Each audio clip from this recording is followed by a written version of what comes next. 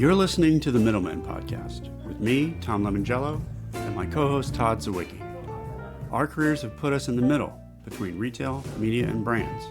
But retail media is a closed loop, so we're here to open up the channel and let you listen in. Join our discussions with the people who make retail media happen. So today's episode is going to be with a company called Qsic, and it's one where we were at Shoptalk and we did actually two different podcasts, one with Qsic and 7-Eleven, and then one that you're going to hear now with Marc Walkin, the CMO of Qsic on its own. And my perspective was this was a great discussion because I learned a ton about in-store audio, and just the idea of in-store audio was something that I wasn't even really ready to consider part of retail media. I think what's fascinating with Qsic is its business primarily originally was about replacing Muzak, being a modern audio delivery system platform for stores. And it delivers a way better experience from just a pure audio standpoint. It's founded by two AV geeks, and the retail media piece of that business is a secondary thought. You're in store, you're a modern IP-based, meaning internet protocol-based, IP-based platform. And once you are, and you're digitally enabled, you can enable retail media. It's an easy thing to layer on.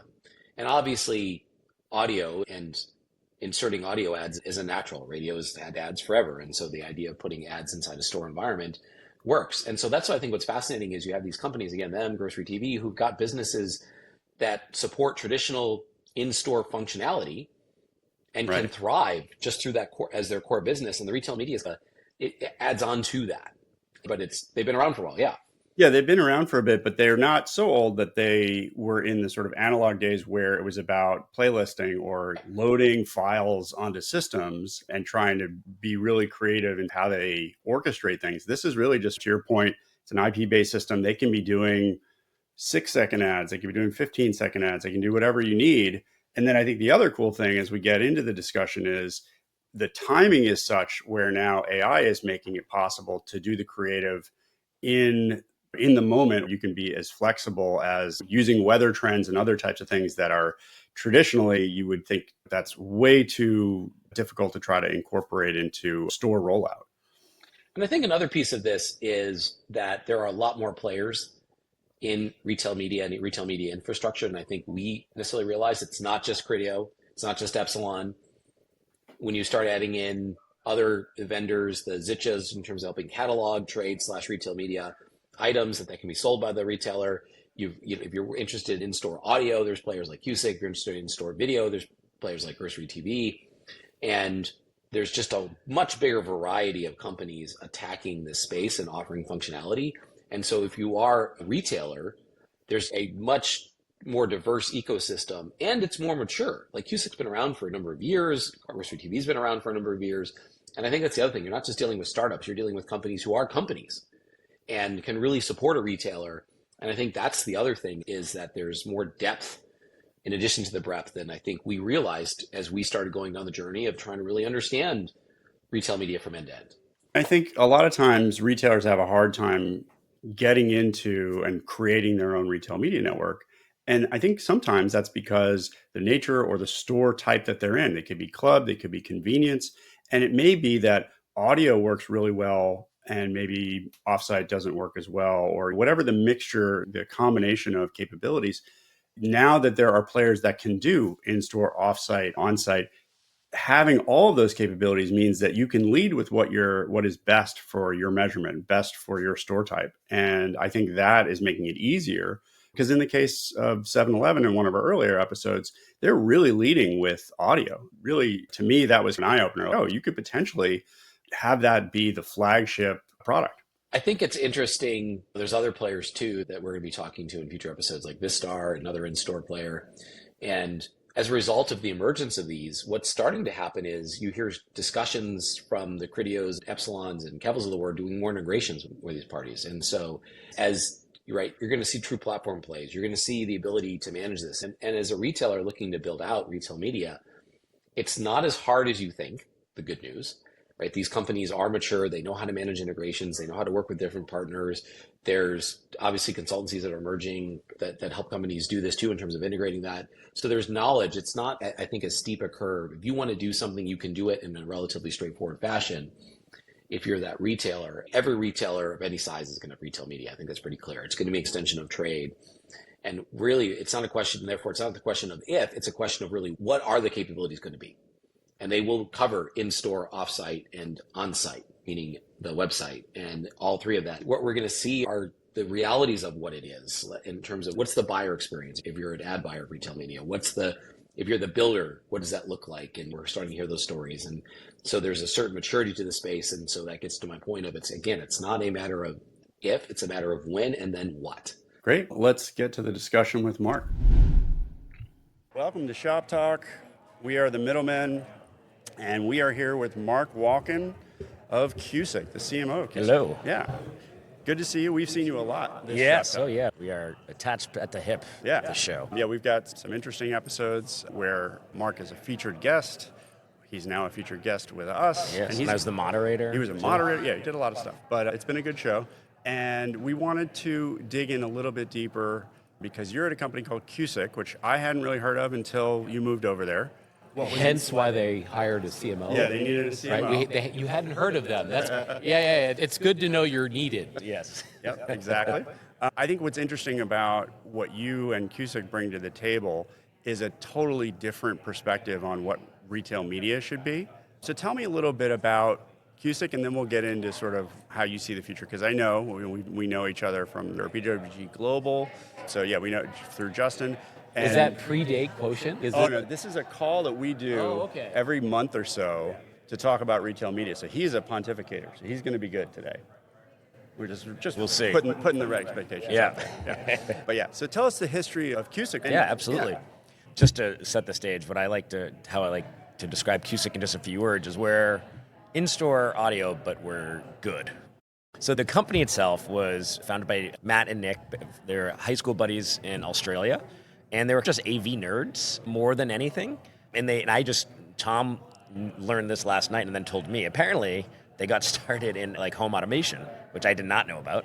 So that was the initial what came to me, but using technology to streamline things. And they ended up moving it, really focusing on audio. They were in a few pubs and they said, "What? The audio just stinks. Like the volume's too high, the music stinks, whatever." So they came out with basically better tech to centralize a volume control and a centralized management, speakers that are actually set up the right way, and then a sensor that adjusts the volume based on ambient noise. So the volume's always in the right place.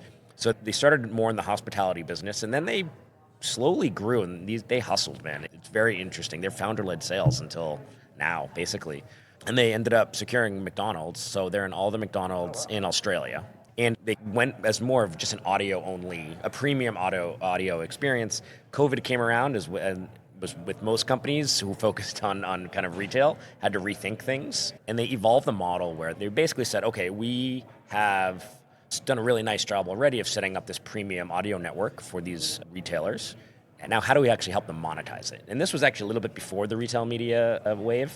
And so fast forward to today, and what makes Qsic really unique, and part of the reason why I joined is it's intelligent. So they tie into the retailer point of sale data. And so to take a step back, bringing it back to me, because it always comes back to me, you'll learn that. So when I was on the brand side, I used to work for kind of challenger CPG brands way back in the day.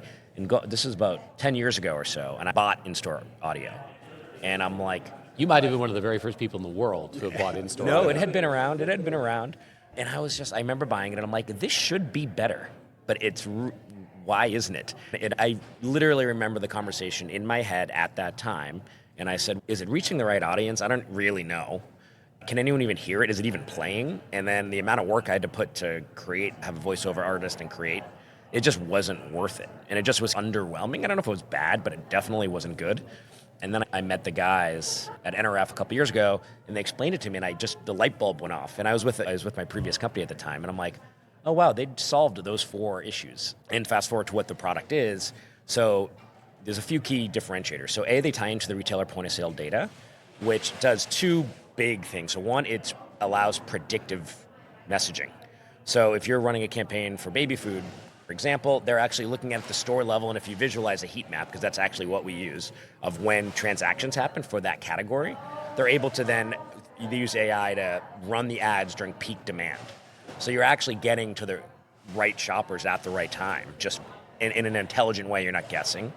And then obviously that leads to closed loop reporting, which don't even get me started on measurement. We don't have to talk about how retail media works. Our listeners have listened to enough episodes. And it's super clean. And then we have an AI ad creator, so you don't have to have a voiceover artist. So that's particularly interesting. So that's where the agility comes from, is that you can just make these, you can do text to speech fast, right? Yeah, what makes it not a novelty, because that can easily be a novelty.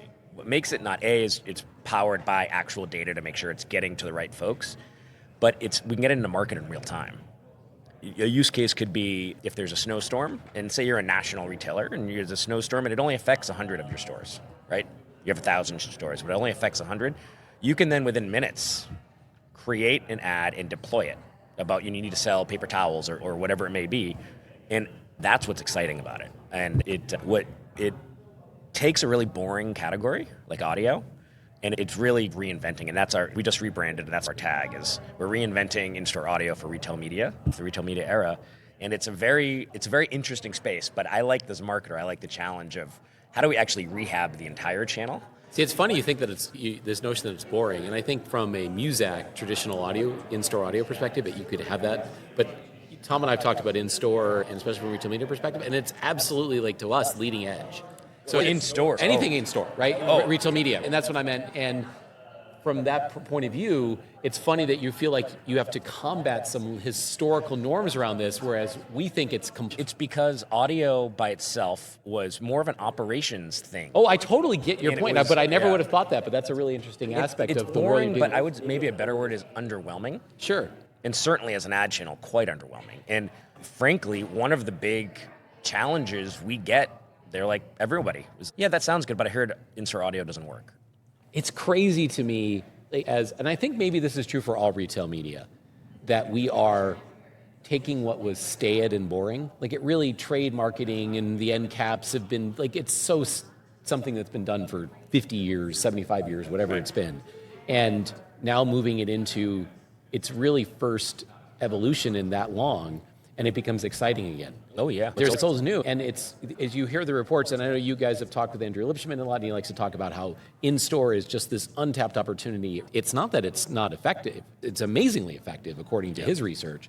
And I think that's the change here, is suddenly you can actually learn that it's effective. Yeah. It's easier. And it's way easier to do than it used to be. And I think that's part of the change, is like the idea of doing AI-generated ads and creatives, the ability to be active, the ability to control different stores and what's listening. To me, it's some fascinating retail management and operation opportunities that didn't exist before. And it's going to come from, retail media is going to inspire the next generation of retail operations, not the other way around. Possibly. I don't know.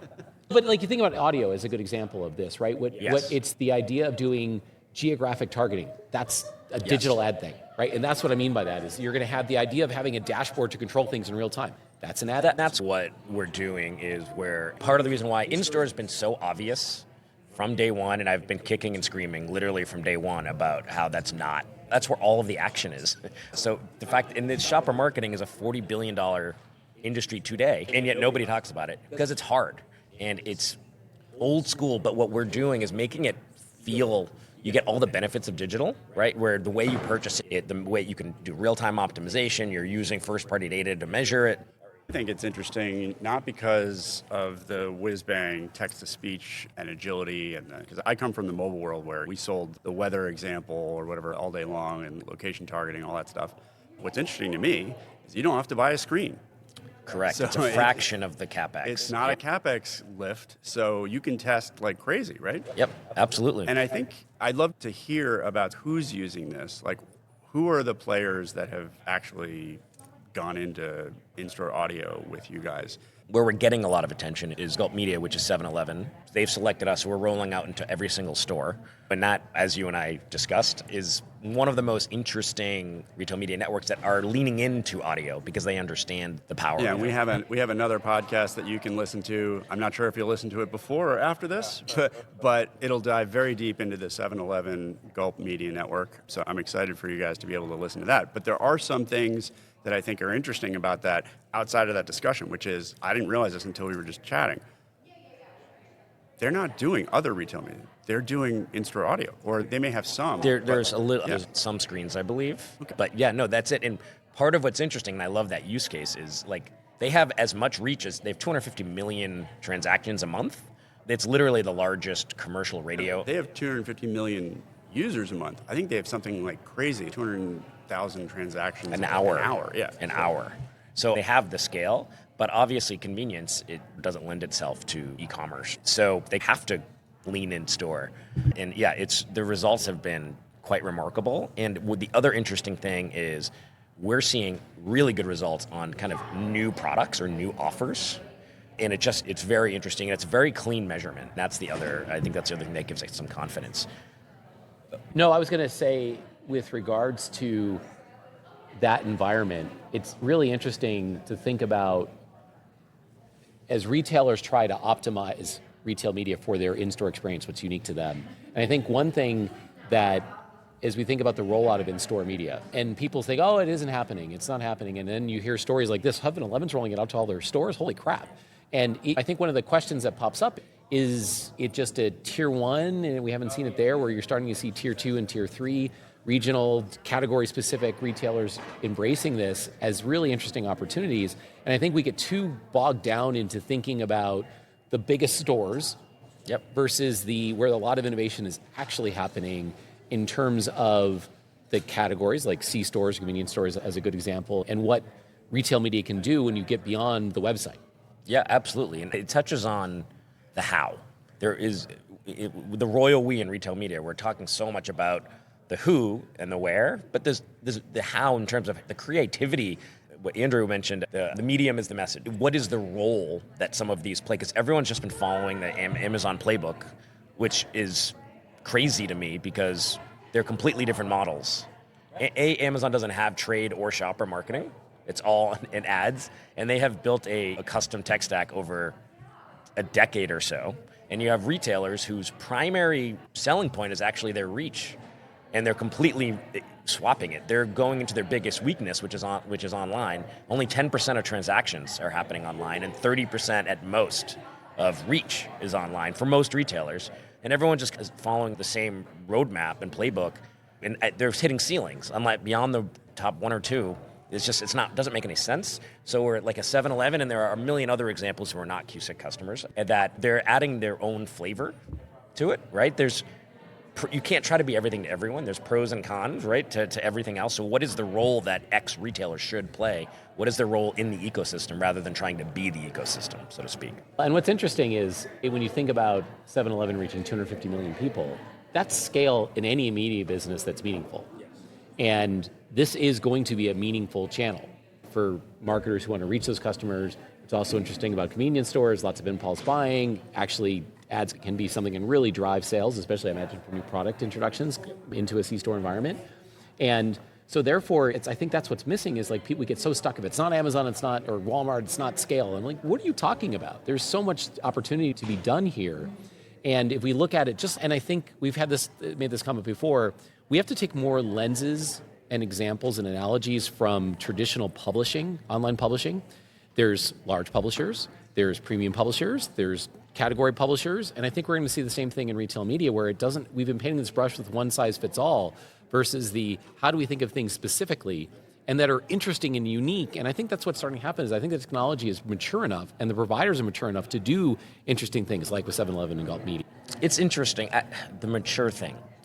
I think there's two things happening. There are some that are innovative and risk takers to a degree to go against the grain. So I think that is 7-Eleven's a perfect example of that. But I also think it's out of necessity because the other way simply isn't working. So they either have to do it or do nothing. So I actually think it's a lot of that, frankly, is they tried this playbook, and it didn't work, so now they need to try something. I think to my point about the technology is useful enough when I say mature enough, right? It's practical enough. You can implement it across, what do they have, 10, 15,000 stores? See, just that's an insane amount. And so I think we've been stuck in thinking, oh, this is all coming soon someday, versus, no, it's real. These are real implementations that are happening. We can send examples, like you can have, once it rolls out, you'll be able to walk into a 7-Eleven and experience it. And I think that's the other thing from an adoption standpoint, is we in this space and the retailers start to experience these in the real world, it will lend to even more. There was this tale of time taking to get here, but now we're at that inflection point where I think in-store is going to be such a meaningful and exciting road for the next couple of years. The technology is, Qsic is reasonable enough. The ability to execute and drive campaigns is reasonable enough. The ability for the buyers to understand what they're buying, I think they're digital savvy enough to know. And so there's a lot coming together that it's going to be this explosion of cool stuff that's happening in store.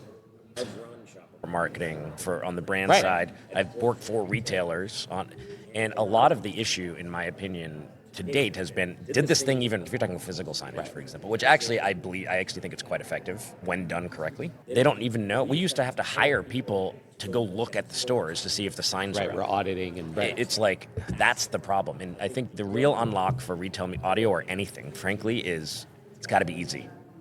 And it has not, in-store has not been easy. It's been obvious, but not easy. Yeah, but I today. think when we first started talking back when you were doing Turbine, you mentioned something that I hadn't really thought of, because as much as you've been a digital publishing guy, I was a digital retail media guy, and we were selling a lot of sponsored search, might even have been selling digital out of home, but the in-store piece we weren't looking at because it was trade and we weren't allowed to touch that, and that meant, and you had this great thing saying, yeah, you did all this digital media, and then you're subsidizing the guy who bought the end cap. So, yeah, is that still, when you talk to, whether it's 7-Eleven or the brands that are using Qsic's platform, how much are you evangelizing as the marketer, like why they need to be doing this, and what is that story today? Like, why they need to do audio? Like, why in-store needs to be in conjunction with what you're doing online? And to be clear, it is the in conjunction piece. That's what I mean about the how. That is always the best, right? When you start coordinating things in an intelligent way, that will perform better it's greater than the sum of its parts, right? Regardless of the channels. It's, in 7-Eleven's case, because they're so impulse driven, if it's an impulse purchase, they're going to be far more susceptible to advertising, right? Regardless of channel. So that's one reason.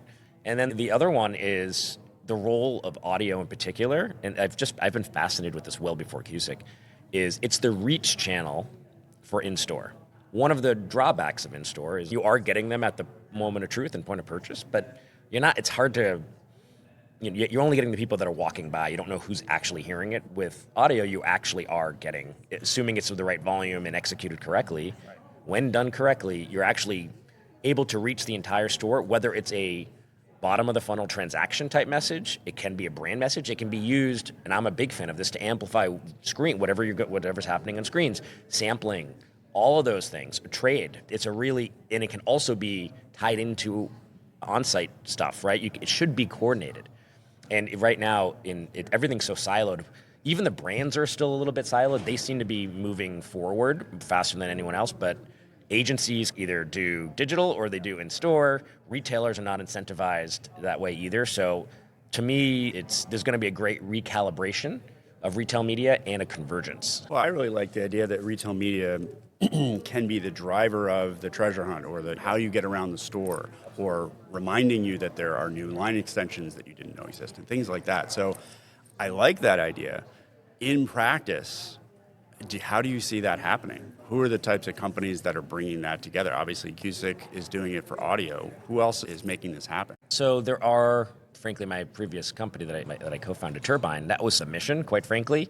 I always said we're channel agnostic, which is what the retailers really need. I think it's so ad tech driven that everyone's just pushing square peg round hole and you serving themselves or their own limitations, right? That you need to just look at it together as a single workflow. And in order to do that, you have to make sure everybody's incentivized the same. Because otherwise, even internally, like merchandising, generally are not fans of retail media. Like they're not. Historically, I think that's been the case. Though we're starting, I think, to see that come together a little bit. As what's happened in some of the conversations we've had with some of the retailers we work with is as the merchandisers look at their roster of trade marketing dollars and where that's coming from, they start to realize, oh, I'm actually not getting as much as I thought. Oh, I wish I could get more from this brand. And then once they realize retail media and some of the new opportunities, like your point about Qsic, if I have Qsic, I have a new thing to sell in, right? I can bring in the retail media specialist, we can go and sell in together. I haven't maximized the trade dollars.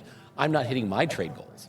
So therefore, retail media, once they realize that retail media is something that they can use to move there and meet their goals, then yes, I think in the environment where they're already maxed out and they've already put their vendor over a barrel, which again happens in some examples, but more often than not. I've heard big companies, CPGs, say it's simply blood money. It has, and it's verbatim. It is, and the way it's being done, I think at some of the larger companies, that's the case, whereas with the tier 2 and tier 3, where they have to be more creative and more strategic and actually provide value, they've never maxed out their trade dollars. They've been chasing, trying to get every last penny they can, and their goal is X% of sales. They never hit that, from what we can tell. And therefore, now that once they realize that and they look at the math and realize, oh yeah, you're right, there's vendors I'm not getting any money from. There's vendors that I'm getting less than I should, or I think we should. And if I sell something new and interesting, then they want to partner with retail media, right? So I think there are situations where that's absolutely the case, but you're right. There's some blood money aspects where they're just like, we've heard this story. Actually, I think the biggest problem is the perception, and sometimes it's true and sometimes it's not. Perception that they are taking trade dollars and putting it somewhere else, but they don't think retail media is as effective as trade. So therefore, like their ultimate goal is to sell more. And that's, I think, your in-store, out-of-store problem, right? Yes. So it's not, when it's purely e-commerce, for a retailer that is 70 to 90% in store, it doesn't make sense. But if it's a combined, and then again, that's the crossover. I think that's maybe why merchandisers have been against it, which is that the crossover point has been missing, and that's the in-store piece. Yet 99% of inventory sold is in store. Yeah. I guess where it gets challenging. Look, offsite and onsite retail media had this problem too. It's a measurement problem. But when you go in store, you now have this new thing, audio or digital signage, and you can measure that better than you can blades and wall sometimes and things. Well, that's the promise would be that you're starting to bring metrics into that trade world. Big metrics to my new favorite word, shelf wobblers. Yes. I didn't even know that was the amount of terms I've learned, like the Ironman board and shelf wobblers, and I'm so amused at like the language of retailers. Blades, like all these things. So either you're saying that, I think you just piped up what a merchant would say. Oh, maybe it's not more measurable. I don't think it's just about measuring one versus the other. You have to measure them together. 100%. And I don't know if anybody's doing that. Because nobody makes money doing that. Yeah. Honestly. Yeah. Not to, I do digital. It's okay to say bad things on No, the I know. It's a safe space. It's not a soundproof space, It's George, definitely not a soundproof but it's a safe space for you. Yeah, so this is what's always bothered me, like full transparency with offsites. And I'm not saying they're not valuable, because I do. I think offsite, when done well, Yes. I think there's a lot of value there. But it's so far from the point of purchase that there's a million touch points. Yeah. Everyone's taking credit for the same sale. And 9 out of 10 times, they're buying something because it was on sale. They just see it at the store. Like, it's just... You can get jaded, I get it. Yeah. It's not jaded. It's logic. I think it's a fair point in terms of, which is, again, goes back to, are we going to see a more holistic approach to retail media, especially from the retailer standpoint and the brand standpoint? I think the brands think we're being bled dry because it's not coordinated. It's left-hand, right-hand challenges. Yep. The retailer or the merchandisers and the RMN teams actually working together. And as it gets more holistic, I think you can deliver a package. Absolutely. Walmart's doing that. Walmart has begun. I know Sam's Club. I was talking to someone the other day. Like, they are moving under the same umbrella. I talked to, on the brand side, Nestle drawing. When you say moving under the same, are you saying the sales of shopper, retail media? We've heard it's that all from Best Buy. We've heard. Yeah, it's obvious. It's the thing. I think it'll eventually happen. And it's all in the how. You can do the right thing poorly, and then you can do the wrong thing, and sometimes you get better results doing that. And that's maybe what's happened. I think the other thing that kind of the light bulb that went off for me earlier in a previous conversation was that maybe the division starts to change, which is RMNs will really, and those teams will be about non-endemic sales. Yes. And then endemic will be this coordinated merchandising, retail specific operation. And I think that's the line. Right now, when you have retail media selling to endemic, that's the weird crossover point. Like you have multiple people selling to the same person, but if we divide it between retail media is the non-endemic piece, and then merchandising is the endemic with all the same underlying platforms underneath. And what's not, we were talking with Zitcha as a good example of one of the interesting things they do is they create like an actual inventory of all the things you can sell. Wobblers and all, digital and analog and what have you. And I think that's what starts to change is suddenly it's, we have a shared dashboard or shared catalog of things that we can sell, and we're the non-endemic team and you're the endemic team, and that's that. And that's a good line. Like that, I think people can look at and go, oh yeah, as a merchandiser, I'm never talking to a non-endemic. There's not a chance in hell it would ever happen. Right. But as an RMN, is someone from the ad tech world, you're used to selling to anyone and everyone. You're thinking of vendor specific. So maybe that's the I think split that that's a real emerges. insight that was generated here on the Middlemen. That's right. Yeah. Trademark it. I want to thank you, Mark, for not only coming on, but inviting us to your podcast. We've been at your booth. We're about to go to your happy hour. That's right. So, For all of you, this has already happened in the past, but we are having a happy So hour. if you know future at the next trade events, if Qsic will throw happy hours, reach out to Mark. He'll get you on the guest list and, Don't worry and about buy it. you a free drink. thanks again, and we'll see you next time. All right, thanks everyone.